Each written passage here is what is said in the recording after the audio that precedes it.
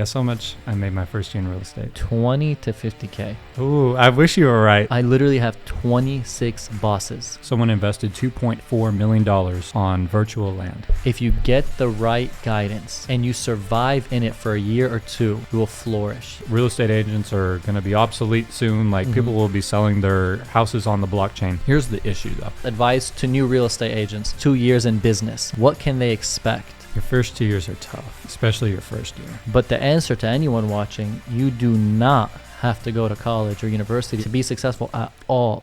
What's going on, everybody? I hope you're all having a blessed day. And today you have Karam Khalil with you and Ben Wegmann. And this is our first ever podcast. And we're literally freestyling it off the dome. Freestyle. There's nothing scripted. It's just going to be us talking what we know, which primarily is real estate. We know real estate. This is what we do every single day.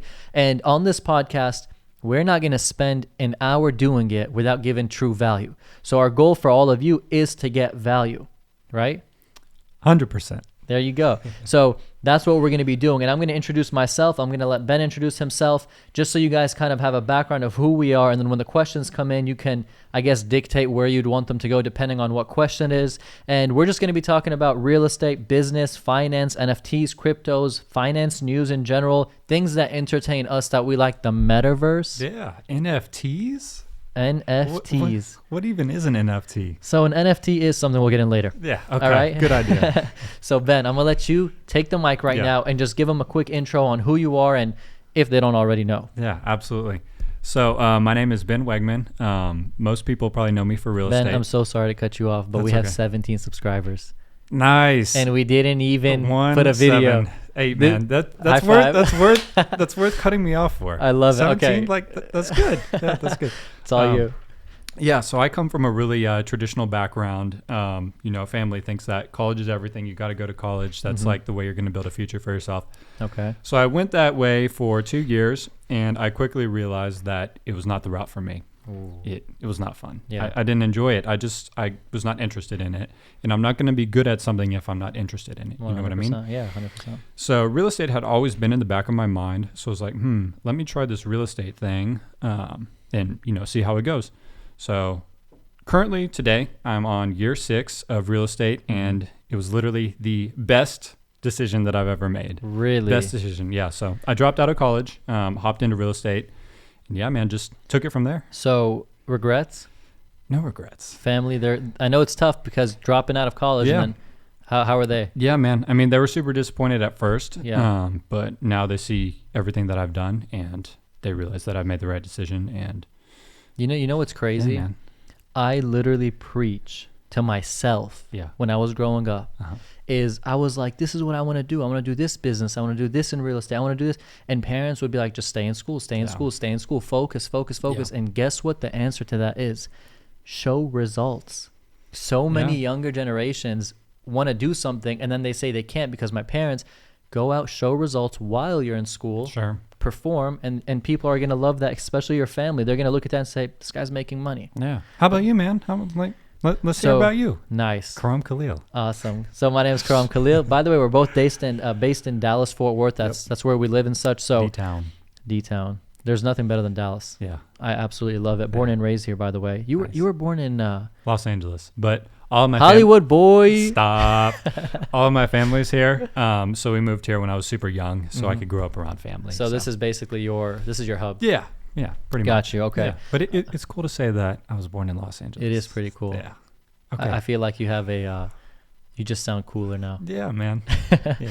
All right. So for me, I started at 12 years old buying and selling electronics. At 15 years old, started flipping cars. I was flipping electronics and then flipping cars. Got bored of that. Started flipping houses.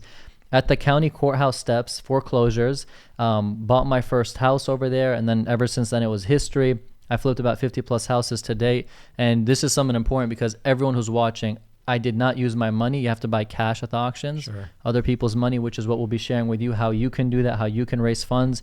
And accidentally became a real estate agent and currently a commercial real estate agent. That's what I specialize in. About 95% of my portfolio is commercial real estate for clients and such. So when it comes to flipping houses, commercial real estate investment, even residential real estate investment, I personally own residential and commercial investments. So that's kind of who I am. Yeah. That's who Ben is. And like I said, as we start to talk and share more stories, people will get more value out of questions and things that they ask. But we don't want to take too much of your time with who we are. Yeah. We want to give you value. Yeah. And the value is going to come in what we share and what we say.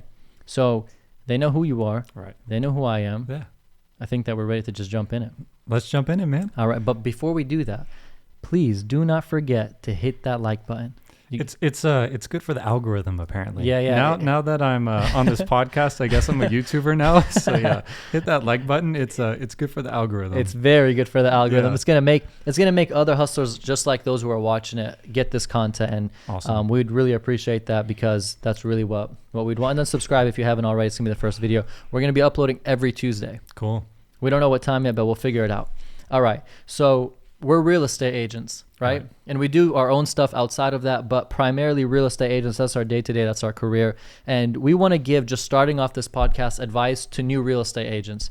They're about to become an agent, or they are already an agent, and they might not be doing as well as they'd want to. Sure. I'm going to drop it on you to say, what do you think a new real estate agent should do that can help them boost their business? Yeah.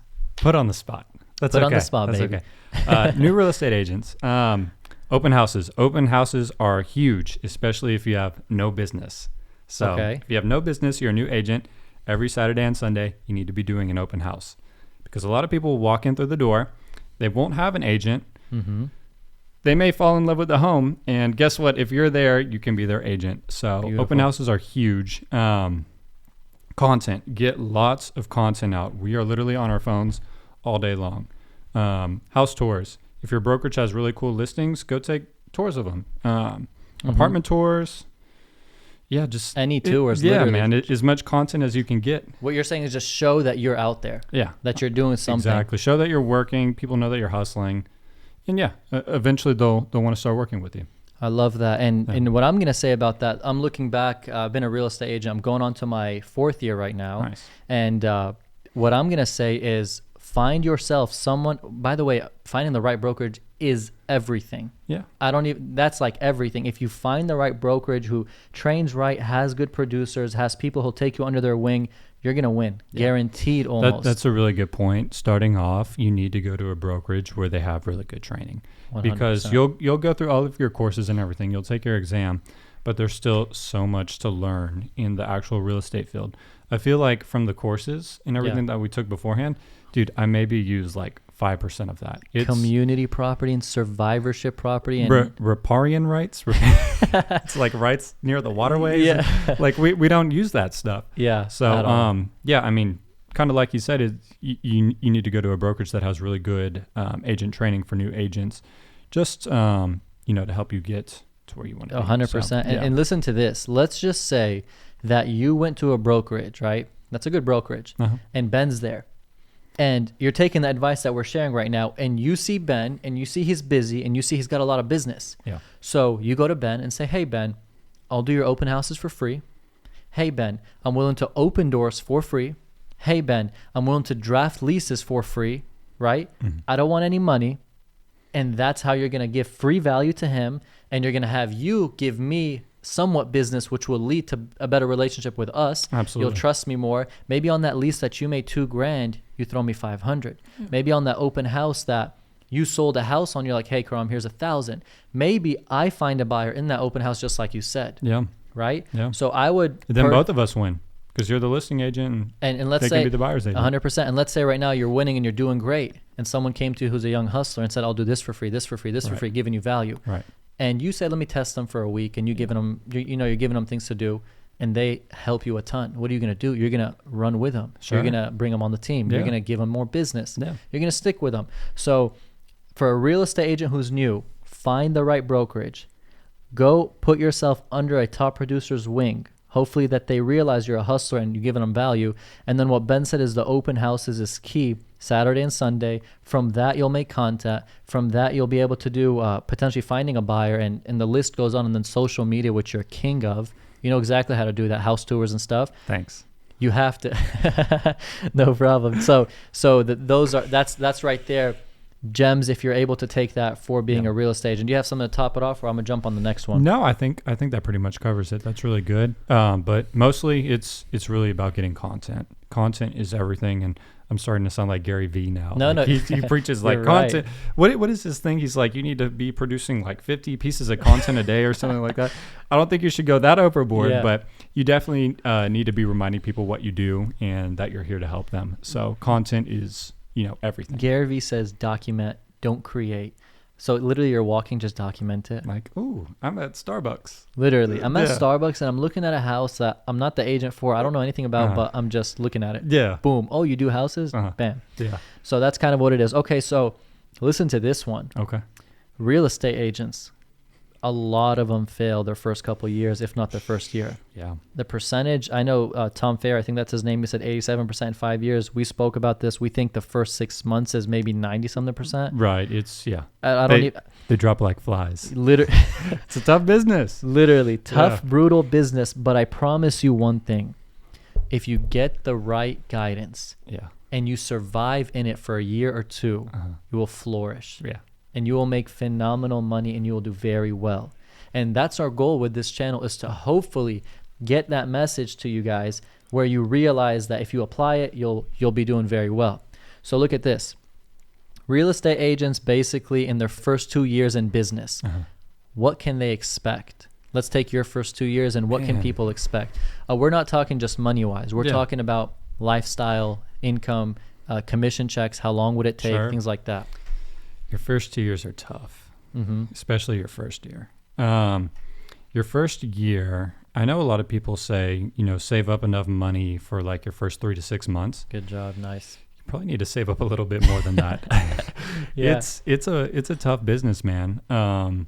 If you're well connected, you'll probably get some deals done. But I mean, if you're younger and you're just getting into the business, it's going to be pretty tough to initially get that business. So yeah, definitely save up some good money. Hammer out as many leases as you can. My first year, I literally did all leases. Nice. Like all leases. I was busting those things out. And guess what? A year later, when a lot of those people's leases were up, they wanted to become buyers.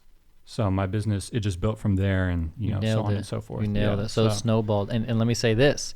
Leases aren't the highest paid. They're not 50K commission checks. Sure. There's some leases that you can bang a 20, 50, 100 grand commission check. We know that. Typically leases are $2,000, $3,000, $4,000, $5,000, $6,000 checks, maybe even less. I've done a lease where, I'm not joking, I took $320 home. Dude, one of my first ever leases. So I was living in Dallas at the time, and it was this couple. They wanted this place in far Fort Worth, like almost Azle, if y'all know where that is. And I made $250 off that lease. But it was fun though. It was like I got the deal done and all that good stuff. But that's a massive drive too. It was a massive drive. And I mean, if you calculate everything, like the miles put on your car and like the gas and everything, like I probably broke even. And then making the lease, taking the time. But I mean, you got to do what you got to do. So you beat me on the lowest commission check. I think mine was $320. Nice. Mine was $250. Maybe it was even less. I've done free work. I literally done free deals. Yeah. So sometimes you have to do that. And then sometimes you get those people who are just trying to haggle with your commission percentages, which we'll talk about that later. But I agree with that. The first 2 years are brutal. I personally say if you can survive the first 2 years, you're blessed. Yeah. Even your first year, like if you can make it past your first year, okay, like that's a huge win, because it's like we just talked about. It's 80-90% of agents drop out in their first 6 months. If you can survive your first year, you can make it in this business. I love that. And I see people, like, there's no excuses really. If you're trying to pay bills, I've seen a ton of people part-time it. They'll get the real estate agent license. They'll try to do it for a couple months. They wouldn't do well. They'll go part-time. Sure. The percentage of success is not too high because you just get overwhelmed, but some survive that. There's never an excuse if a winner wants to win. Right? Yeah. But ultimately, going head first in something 100% is what I primarily believe in. And you were nodding, so I think you believe in that too. Yeah. Going all in. It's going to be hard to win in real estate part-time. It's a business that demands all of you. Nice. This is going to sound bad, but it's not necessarily that bad. It kind of consumes you. Like your whole life becomes real estate. Clients are wanting your attention around the clock, and you got to be there for them. So it's, I personally feel like you got to be like 100% in. There are going to be some people who do it part-time. They close a deal here and there. But if you want to make like real money, if you want to make a killing in real estate, you got to be all in, dude. I love it, All 100%. in. Yeah. So I was talking about this actually the other day with a good friend of mine. I have right now, commercial real estate's a bit different than residential. Like you hold a listing for 6 months, a year, even 2-3 years, because you're leasing some Sure. centers up, right? So I have about 26 listings right now that are shopping centers. It'll switch from medical to shopping to retail, etc. But I literally have 26 bosses.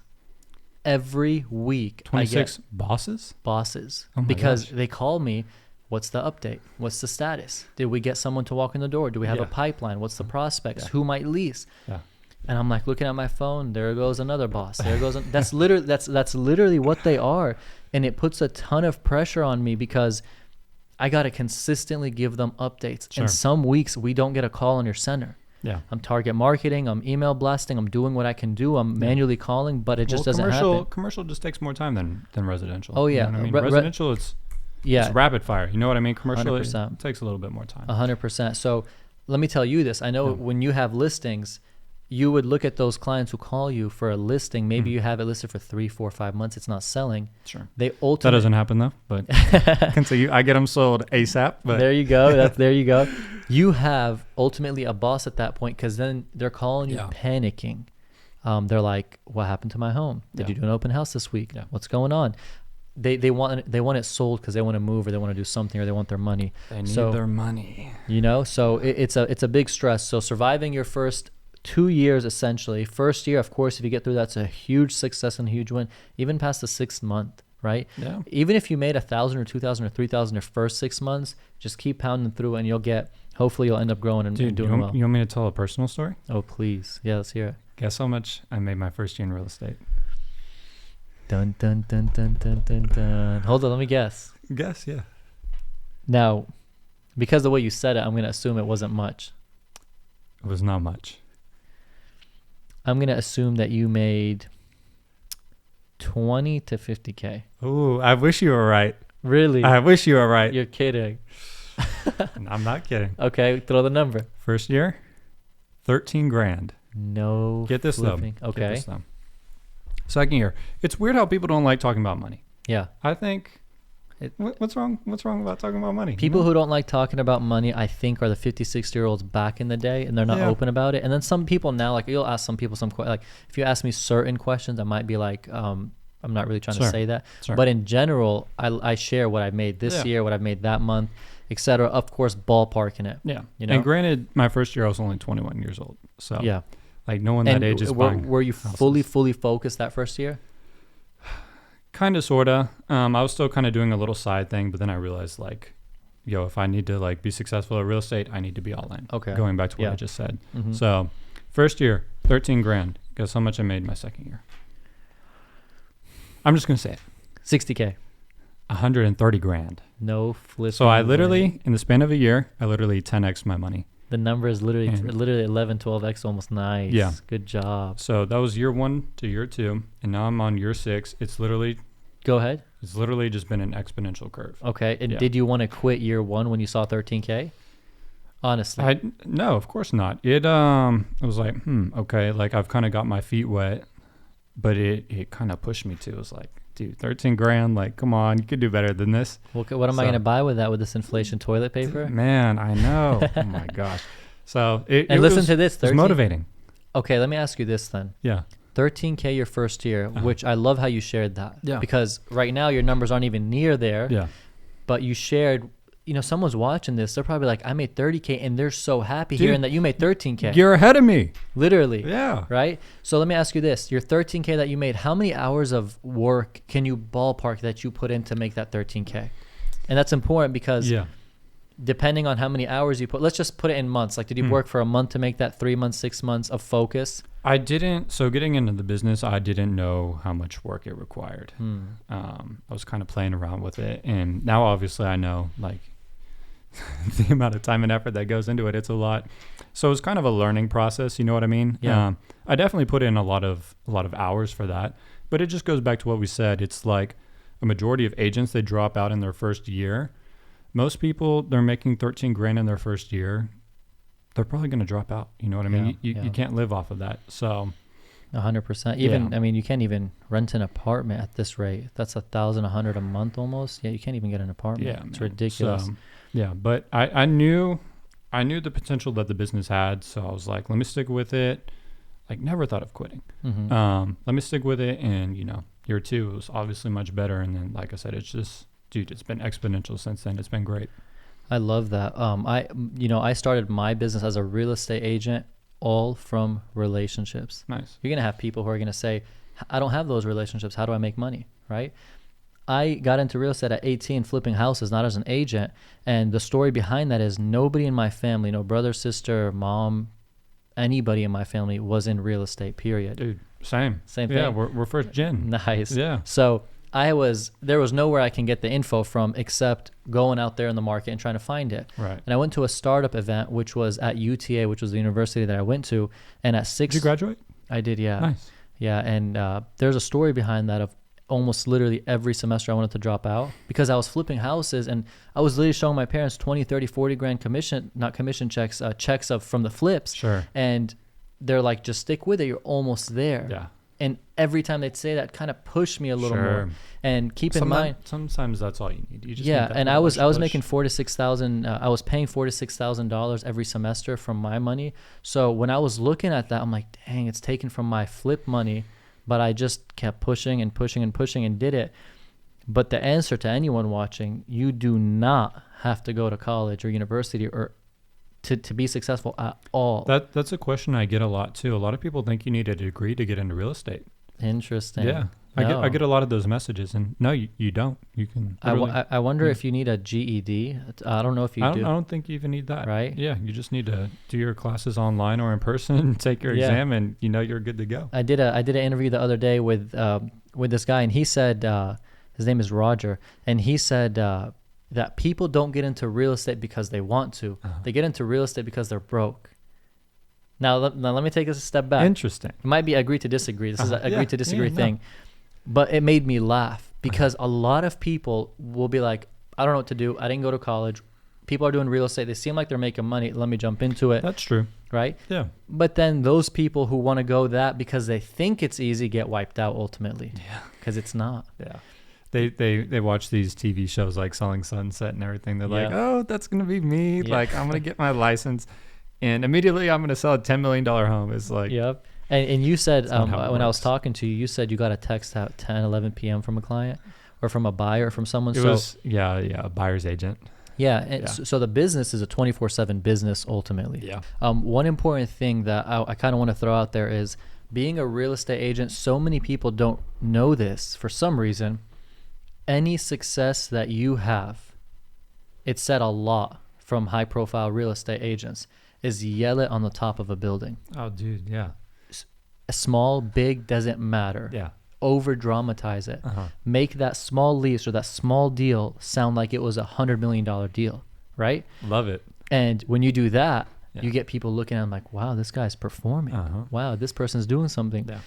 That Facebook friend, that Instagram friend, that Snapchat friend, that person's mom's, dad's best friend, I don't know. But it makes people see that you're performing. You know what's so crazy is the way social media is designed. Like, you don't even know who's watching you. You know what I mean? Like, it's scary. You think you kind of, but it's like you think you kind of know who's watching you, but it's so much bigger than that. You know what I mean? You have so many supporters that don't necessarily show it. So yeah, dude, like any win that you make, like yell it from the rooftops, like literally under contract. Like if you follow me on social media, I anytime I get something under contract, I blast that out. You know what I mean? Like another deal, like another deal. Look, it's interesting you say that. So I believe in blasting out your successes, things that you've done. Yeah. But sometimes I get scared too. Why?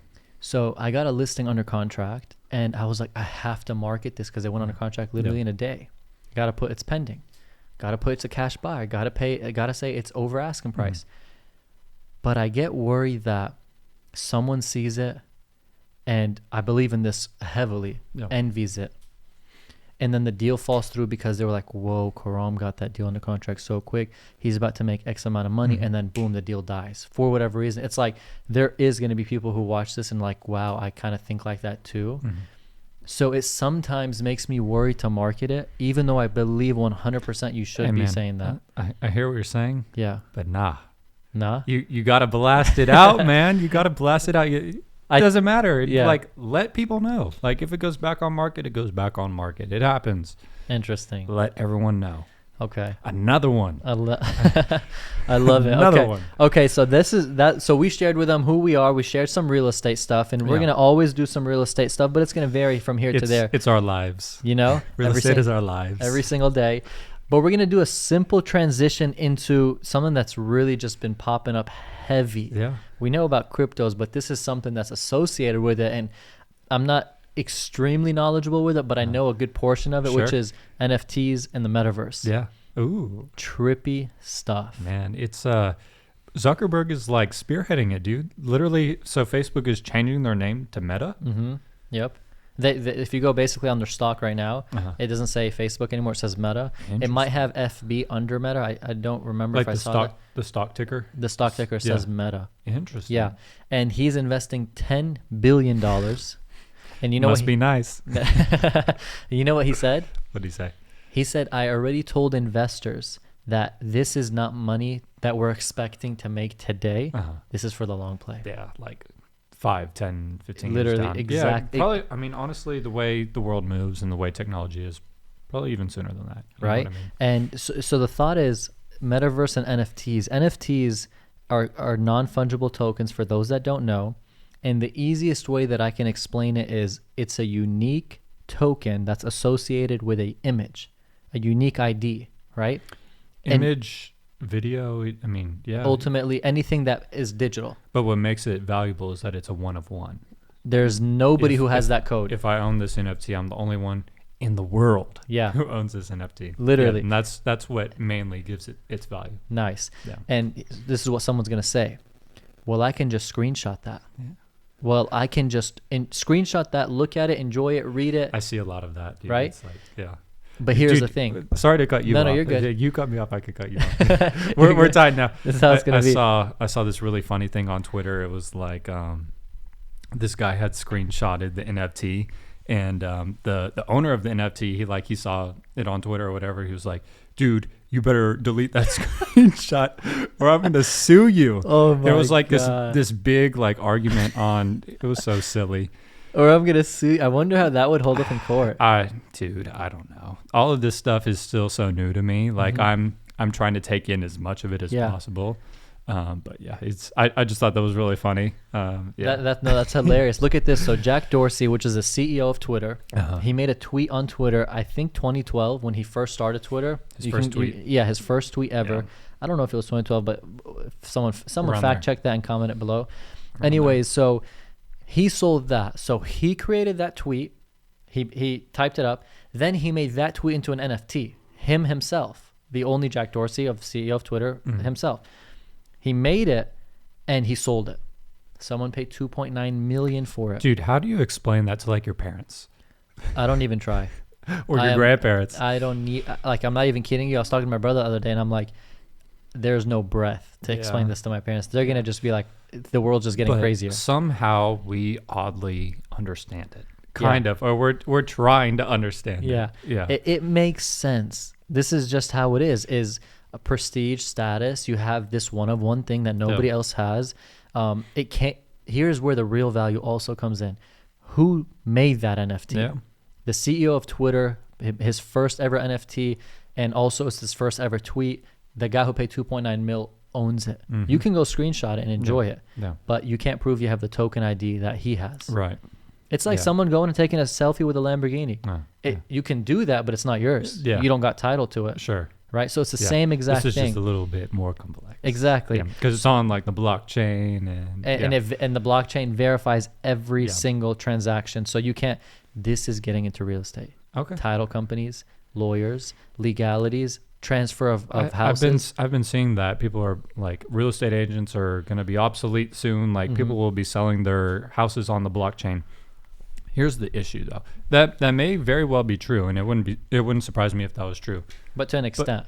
To an extent, yeah, of course. Real estate is a very personal business. People like, working with an actual person, and most people don't understand what blockchain is. So I feel like that's probably a big possibility, but it's like so far down the line that like you and I don't have to worry about that. Interesting. Yeah. I got you. Yeah. Who will have to worry about it though is that 5-year-old who can't wait to be a realtor. Or maybe my unborn baby. Yeah, maybe. You never know. So that's true 100%. So Yeah. it's the blockchain, NFTs, cryptos, all that stuff.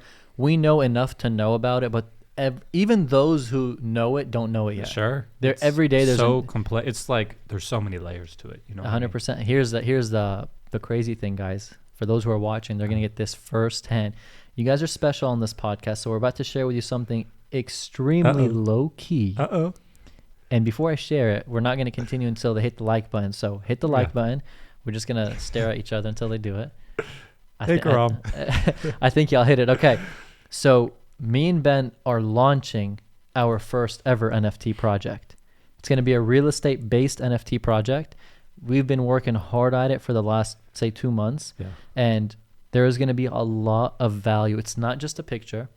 It's going to have utility. It's going to have a future. It's going to have a verifiable roadmap that's not just, we're going to make a party in downtown Dallas and woohoo, you own the NFT.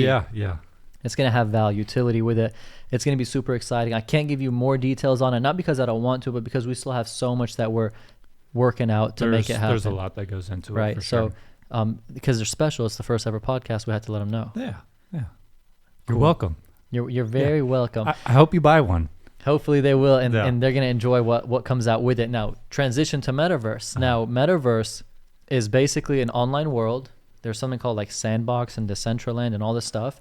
And, the crazy thing is people don't realize this, but when somebody's born today and all they know when they were born after they're 2, 3, 4 years old is to put on a VR headset.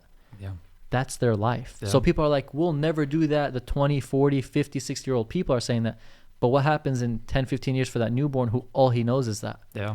What happens when he puts on the headset and he goes to a booth in the game or in the world and orders Starbucks, and then guess what? Starbucks actually gets ordered through Uber or whatever platform is associated and comes on the door in real life. Dude, you're absolutely right. And to make it a little bit more relatable, I mean, it's like our whole lives, all we know is the internet. You know what I mean? Like we don't know life without the internet. So I agree with you 100%. I feel like that's just the new thing. That's where it's all going to be virtual.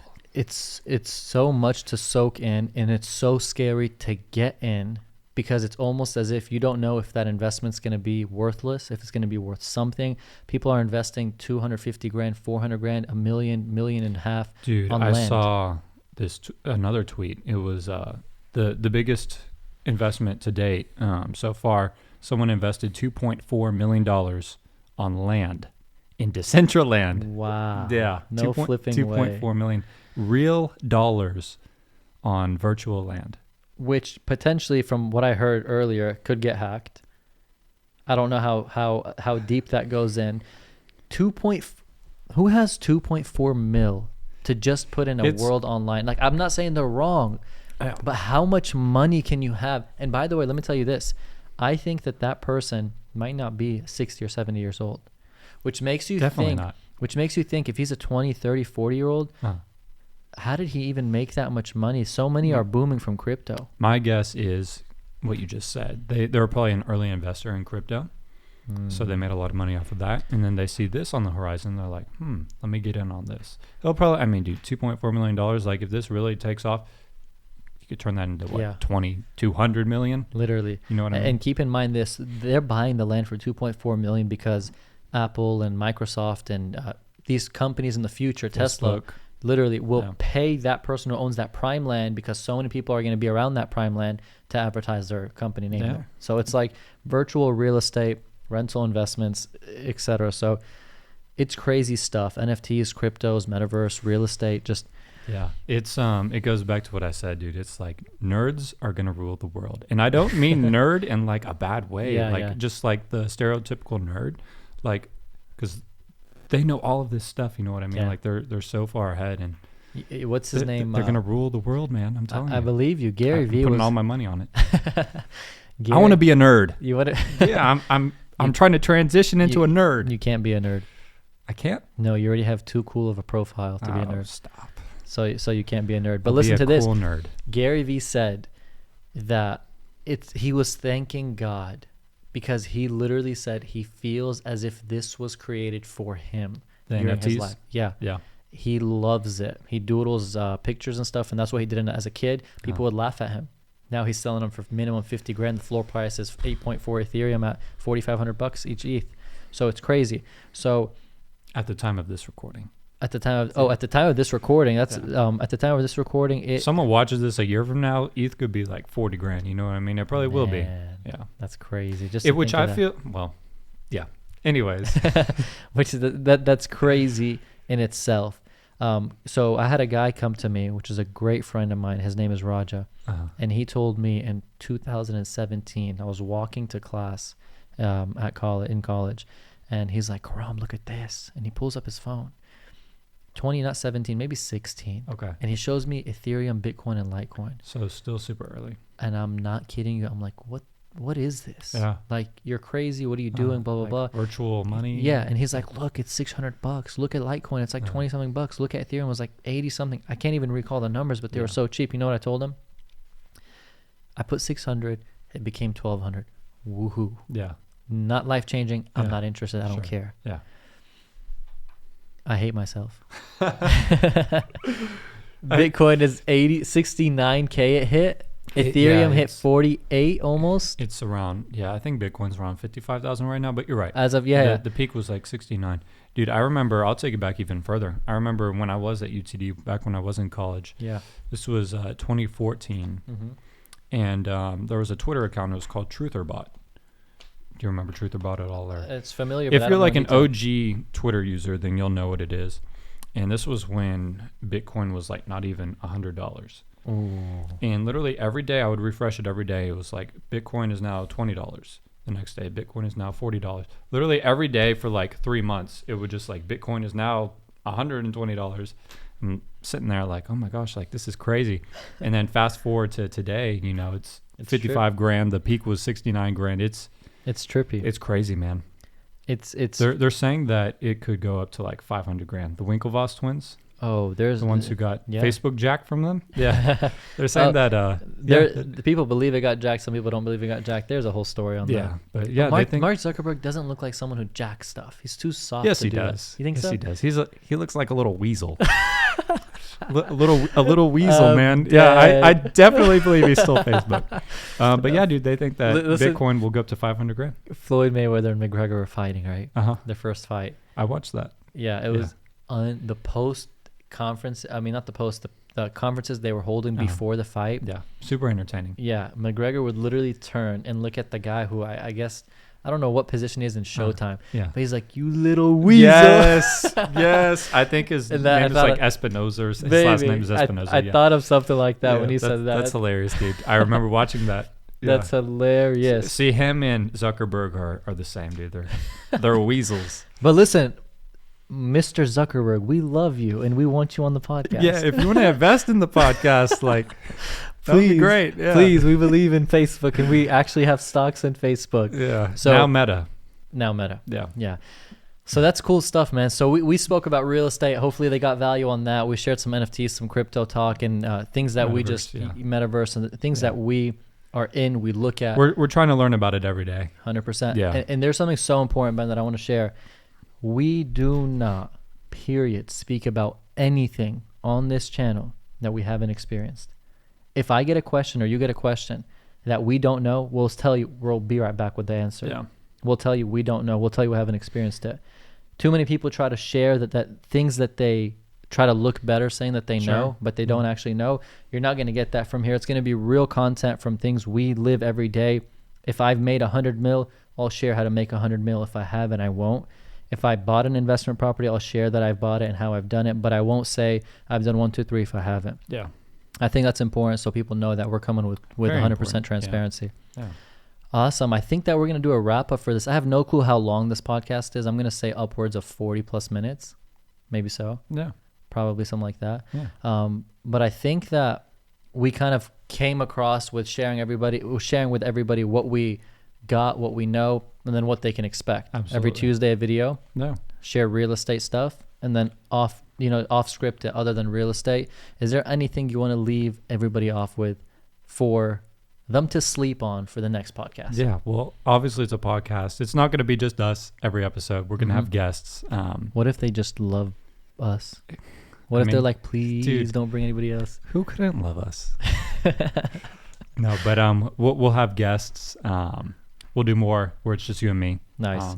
And listen to this. We might have people who we just throw up a list of Q&As, and we might just start having people call in, and we're just answering their phone calls, and we're just sharing with them whatever question they have. We will have that. So it'll just be me and Ben at times. It'll be 4 people at times, 10 people at times. Whatever it is that we see is going to give you guys more value. Everything is based on you guys, more value for you guys. I think that's a wrap on what we got. I have one more plug to make. Plug it in. I just started a Discord group. It's one-on-one real estate mentorship. It's a great community of people. The link to that will be in the description below. So what he means by a one-on-one is basically you join that Discord group, which I'm in. Yeah. And thanks, man. No, I love it. And any question that you have, real estate related in general, actually, not specifically for that, you're directly you're accessible to Ben to ask him that, and he'll answer that. You're on every single day, right? Yeah, and I respond to literally everyone. Man, if you ask me something, I will answer it. I bet whenever you have like 500,000 people on there, it's gonna be tough to do that. 50 million questions. Boo. I'll figure out how to do it. Anyways, guys, make sure that you join his Discord, and most importantly, like this video if you enjoyed it, got value, got smiles, and subscribe to this channel, because we're going to be posting every single week a new podcast, and hopefully you guys love what you saw today, and you'll see a lot more as we progress. This is, by the way, what do you guys think of our set? We got a nice TV, we got some mics up here, we got some water. Yeah. We're gonna be adjusting it and tweaking it every now and then. I'm in charge of water next time though. Next time we're drinking essential water. That's all I drink. So when I brought the Ozarka, I had a feeling he was gonna look at that and be like, really? He loves essential water. I'm bougie when it comes to my water. But let me ask you this: are you sponsored by them? Not yet. You should be. I think that would be like Essentia sponsor us, and then we'll put them on here. Yeah, put them on the table. I think that's a great idea. Essentia, if you're listening, sponsor us. We'd love it. Get us going. That's awesome. Okay, so hit the like button, subscribe, and for right now, me and Ben, we're out. Peace.